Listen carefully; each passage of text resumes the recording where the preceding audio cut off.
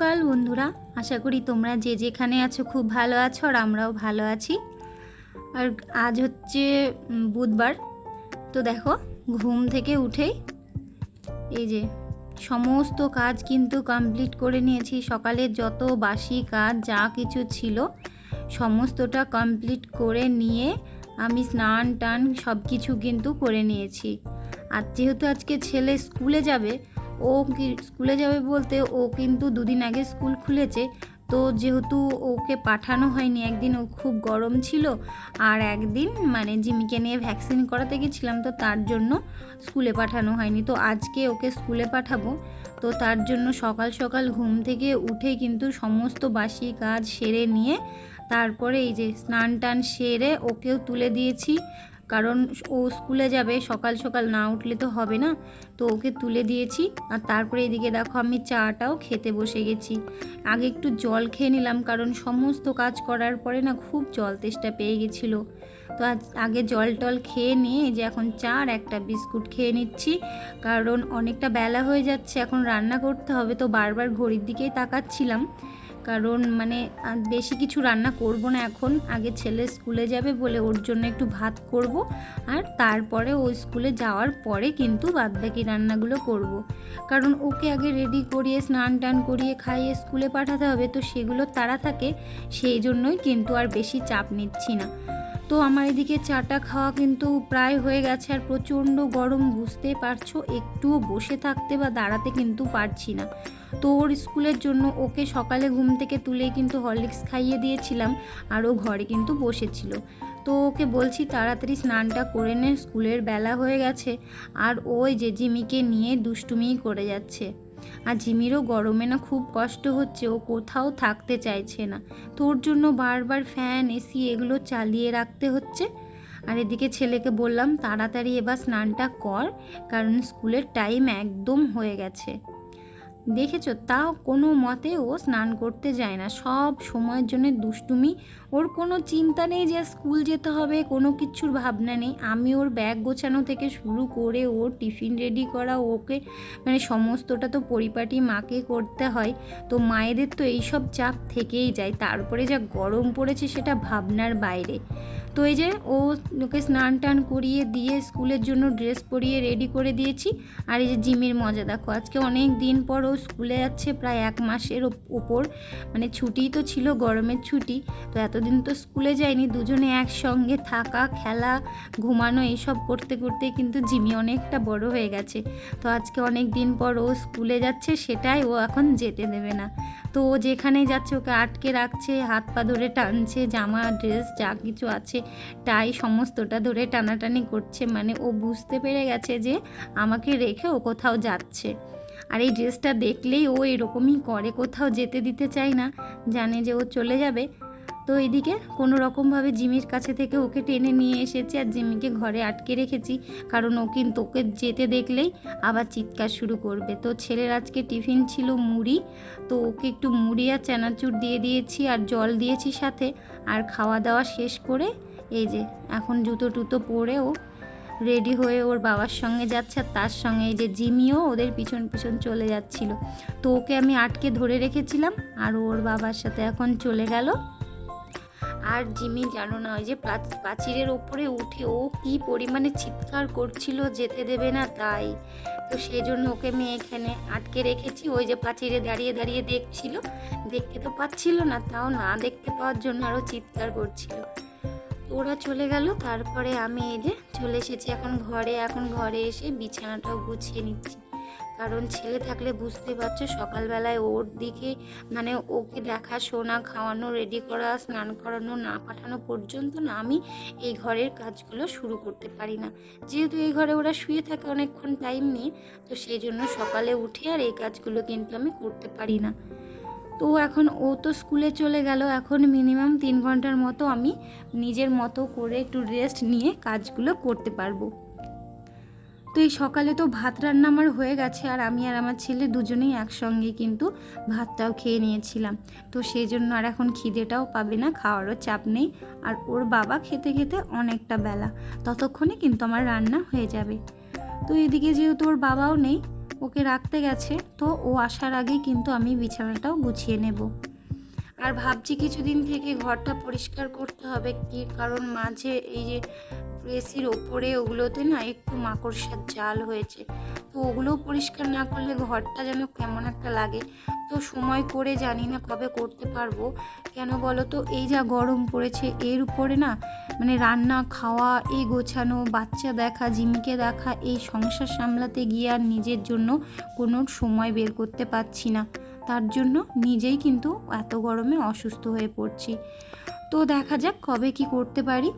ইচ্ছে আছে ঘরটাকে আবার সুন্দর করে পরিষ্কার করে গোছানো, তো জানি না, যদি অবশ্যই পারলে তোমাদের সাথেও সমস্তটা কিন্তু শেয়ার করব।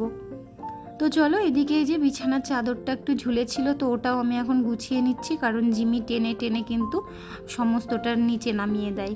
আর ও যেহেতু এখন খাটের বলতে গেলে অনেকটা ওঠা শিখে গেছে, খাটের ওপরে ওঠে না, তবে সোফার উপরে উঠে ও সারাদিন বসে থাকে, চিৎকার করে, খেলা করে, আর রাত্রে কিন্তু সোফার উপরেই কিন্তু ঘুমায়।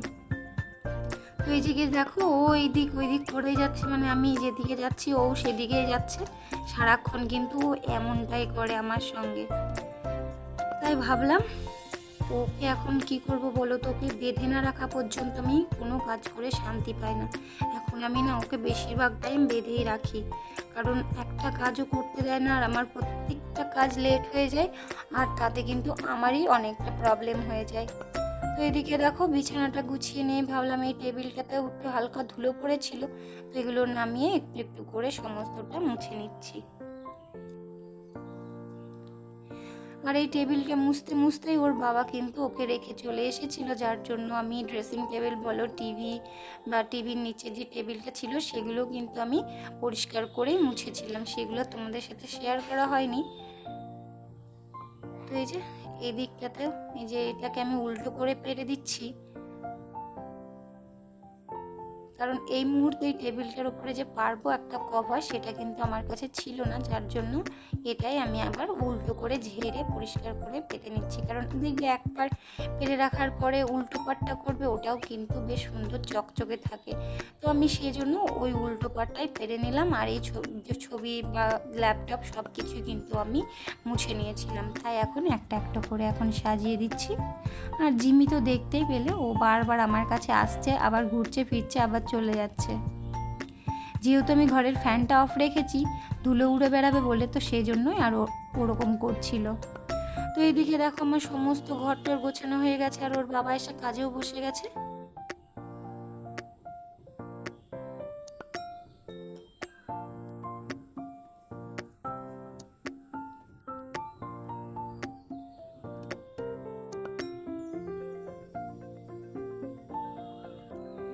তো চলো এই ঘরটাও তোমাদেরকে একটু ঘুরিয়ে দেখিয়ে দিই, যদিও এই ঘরটায় সেরকম কিছু গোছানোর আমার থাকে না, রোজ দিন একই থাকে। যখন ছেলে পড়াশোনা করে ওঠে তখনই কিন্তু আমি একটু পরিষ্কার করে গুছিয়ে ঝেড়ে নিই, কারণ ও নোংরা করে।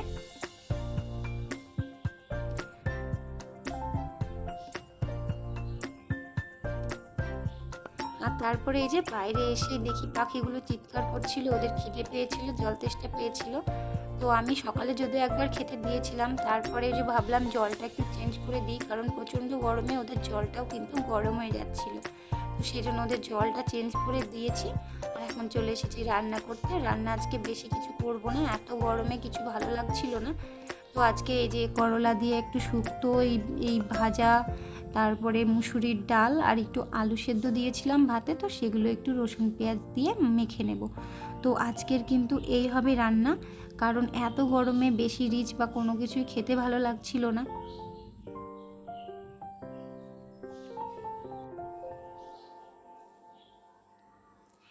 আর আজকে না ভাবছি অ্যাকোরিয়ামটা পরিষ্কার করব, জানি না করতে পারবো কিনা, করলে অবশ্যই তোমাদের সাথে শেয়ার করে দেব। আর সেই জন্য আরও তাড়াতাড়ি করছিলাম। তো এইদিকে দেখো রান্না বান্না কমপ্লিট করে এই যে ভেবেছিলাম অ্যাকোরিয়াম পরিষ্কার করব, তো ও এদিকে অ্যাকোরিয়ামটা জলটা যে নামানোর জন্য এই পাইপটা সেট করে দিয়েছে। আর ছেলে যেহেতু স্কুলে আছে তো ওকেও আনতে যেতে হবে, তো তার জন্য ও গিয়েছিল। আর এদিকে দেখো যে অ্যাকোরিয়ামটা শোলার উপরে রাখা ছিল, সেই শোলাটাকে কিন্তু পোকাগুলোতে খেয়ে পুরো নষ্ট করে দিয়েছিল, তো একটা নতুনও শোলা আনার দরকার ছিল, তো ও সেটাও নিয়ে এসেছে যদিও।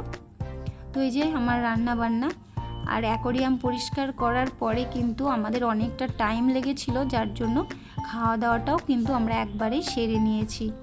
তো সেটা তোমাদেরকে দেখাইনি। আর এই যে দেখো অ্যাকোরিয়াম পরিষ্কার হয়ে গেছে, আর রান্নাঘর সমস্তটা আমি কিন্তু পরিষ্কার করে গ্যাসটা সমস্তটা মুছে নিয়েছি। আর অ্যাকোরিয়ামটা পরিষ্কার করার পরে কেমন লাগছে অবশ্যই জানিও। কিন্তু আজকে মাছের অ্যাকোরিয়ামে কোনো পাথর বা কোনো আর্টিফিশিয়াল জিনিস আমি দিইনি, কারণ সিম্পলি বেশ সুন্দর লাগে, তাতে নোংরাটাও কম পড়ে।